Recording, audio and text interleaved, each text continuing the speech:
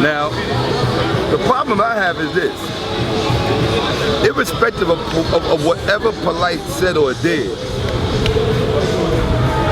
the people, he speaks as if the people are so stupid that whatever Polite say or whatever I say, they're just gonna believe it, right? In other words, none of these, look, he's shaking his head, yes, get that on camera, yes. Stop for a second. Yes, that's a okay, fact. now, he proved my point. That's a fact.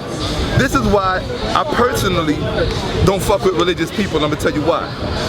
Because their foundational attitude is that nobody can think for themselves. In other words, all of the people listening to that message cannot go and do the research and find out on their own if Brother Polite or myself is incorrect or correct. This is why I say they are insulting to the intelligence of the people, because they presume that the people cannot think for themselves.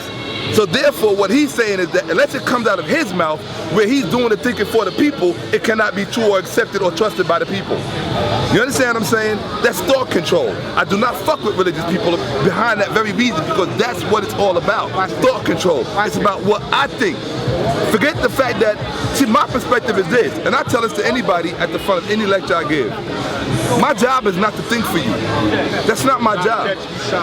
My job is to do my best at the capacity, with the capacity of my own thinking faculties, and then share with you what I've been able to elucidate and explicate from and uncover for myself. Now, why is that a precious thing with respect to each one of us as scholars?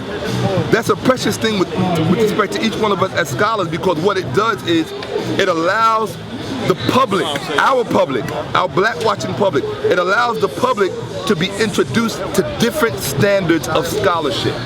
That's what it does. You understand what I'm saying? That's what it does, and that's very important. I understand what you're saying, but listen to this. First off, when you analyze what the people do with the debates, the people never challenge the information and look at the information and say somebody won because of this. They never, wait, hold up. Because this you know what everybody's doing. Don't cut me off. This is because of observance. This is real talk. So people are going with the one that has the momentum, the one that has the fire, the spunk, and perhaps some of the information will get through to the people. But for the most part, if there's any information that's presented from a religious standpoint, they're going to reject that because they want to push away from it. I mean, that's just real. But look, I tell you what, the information that you and Polite put out, I already prepared for Polite. I already got that down. I'm going to wait for your join on Tuesday. And I tell you what, when I present my information and it does not counter you, what's your organization, the Village Green or whatever, I'll join your organization. Real talk. The Nile Valley Movement, I'll be a member of that if I don't disprove everything Polite said and everything you said. I will be in the Nile Valley Movement, your organization, if I don't disprove Polite information in that debate and the information that you want to bring. No rap, that's my word on it. That's my word on it. And trust me, it's on record. I'm letting you know you will not be allowed to wear that once you join. I'll take it up. No doubt. No doubt. Hold on. Say that again. I said that when he joins the Nile Valley Movement, he will not be allowed to wear that kufi on his head. Alright. But if we win, let's take that Heru lock off. That's fair. Let's do that. Let's do that. No, this is what I'm saying. This is what I'm saying, real talk. Yo, no, you gonna have to cut it off. You gonna have to cut it. I'll cut it. On tape. What's up, Shaka? That's good. Shaka ain't letting Shaka, that's good. Before we agree, I'll tell you we'll do it this way. We'll get 3 neutral judges to judge my presentation based on your information, and whatever they say, I'll go with. And we'll do 6 months under the other. Want to do that? I can't shake on that right now. We got Can't shake on that? Let him answer. He can't shake on that. Come on. Look, listen. He can't shake on that. I'm ready to put it down. He can't shake on it. Hold on. Look, I can understand your zeal. No, ain't no zeal. Say that again. I said I can understand his zeal. It was all good before I said cut off the lock. Yo, you can't let him talk. Go ahead. I can appreciate his passion, but at the end of the day,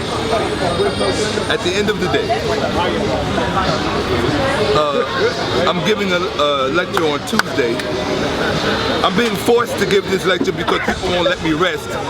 For whatever reason, I still have no idea why people want to know what I have stuck in here. So, I'm going to share it with you. It's gonna disturb a lot of people. That's real. It's going to make a lot of people. All right, look, let me share something with you. Go in. Really, I'm gonna share something with you.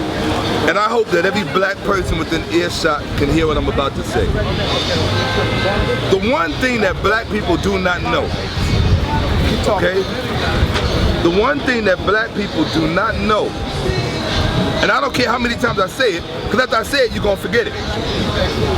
But the one thing that black people do not know is that the very people who brainwashed us, the very people who literally took our minds, literally, like you can't really say it or articulate it any other way.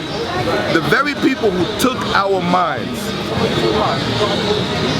are really and truly under the impression that we are literally too stupid, too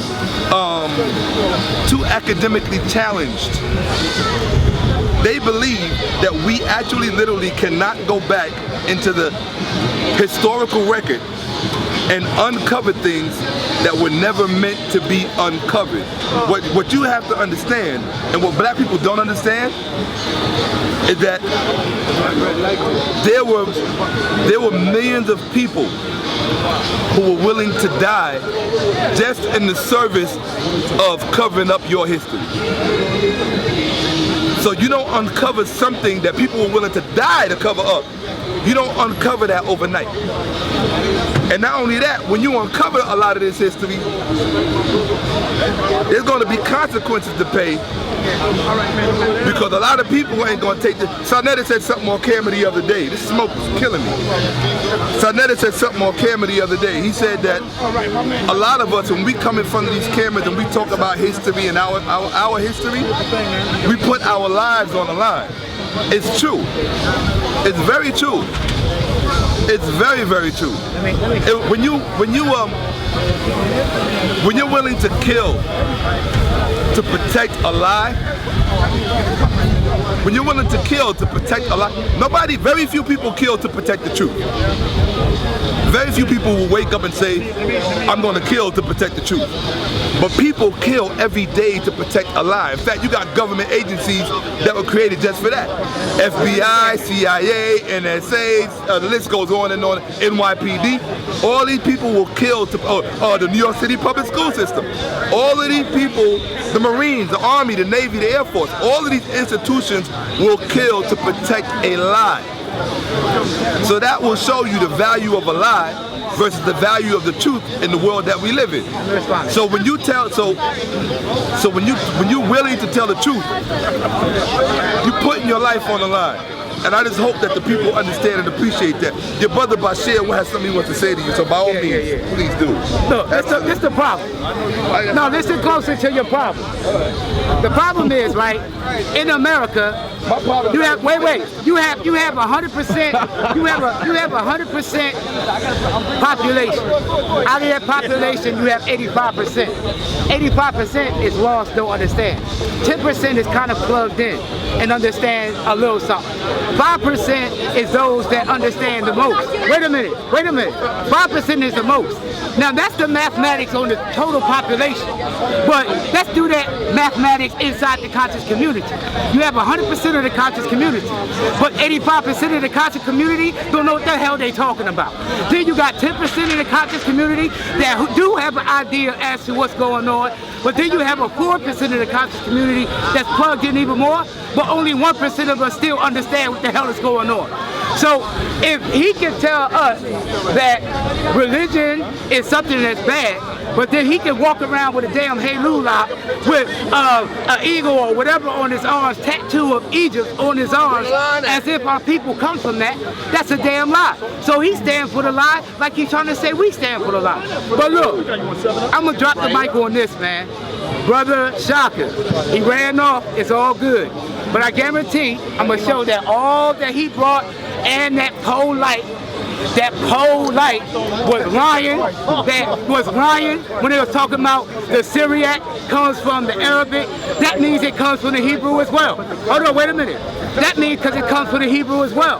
That's a damn lie. It comes from the Nabatean. The Nabatean comes out to the Hebrew comes out to the Arabic. That's real talk. But at the end of the day, the Semitic languages, they all extend back to Phoenician anyway. Nevertheless, this is what we close with. He put on the board, and wait till I show you in the PowerPoint. He said the Quran meant Bible lessons. That's what he said.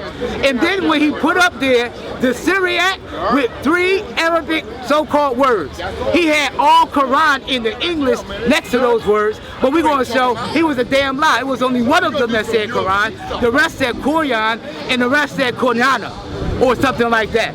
But nevertheless, do you seriously believe that your Islam can take on a powerful teacher and deal with ancient Kemet, can outdo Kemet? I got a soldier right here, right now, that I can show you ain't ready for this information. And he go by the name of Sankofa right there. That's cool. Now, we know Islam is not outdoing no goddamn ancient Kemet. That's baby language. What are you talking about? That's baby religion. Hold on. Am I right or wrong? No, real quick. Before you get, hold on. You calling out one of our grandmaster teachers and Brother Polite and Brother Shaka. This right here, this young soldier is also a grandmaster teacher. I just don't know him yet. He's studied. He's studied. I don't think you're ready for my man right here. Hold up. I think you need to say, get Polite. Deal with my man right here. Hold up, real quick. Give him the mic. Wait, I'm gonna give him the mic. First thing first. First of all, y'all on that Egypt stuff. The hell with Egypt. At the end of the day, no, listen what I'm saying. This is what I'm saying. Do you know that in the Abydos, they were doing human sacrifices? What do you see? Y'all very selective on what you want. You're very selective. Hold on. Not the whole of Egypt, but you very selective in what you want to present as Egypt being a representation of you. If you're going to accept Egypt, damn it, accept it all. So if you're going to say you are Egypt and all of that, show me the damn human sacrifices. Go ahead and do that. You know what I'm saying? Put on your Heyrula like Shaka. Go ahead and do that. I mean, where is the practical action of what you claiming that you are for? Answer that. Answer that. If you want to lose your money, then bet on Sunday. I want to say I love this brother right here because I love his passion, I love his zeal. You know what I mean? I ain't no passion, his zeal is true. Not the passion of Christ, but this is the passion of Muhammad. Yeah. Okay, so you got to do a remake to that. Now, I want to say, speaking from my perspective, okay, when I speak of Kemet, I use that as a source or frame of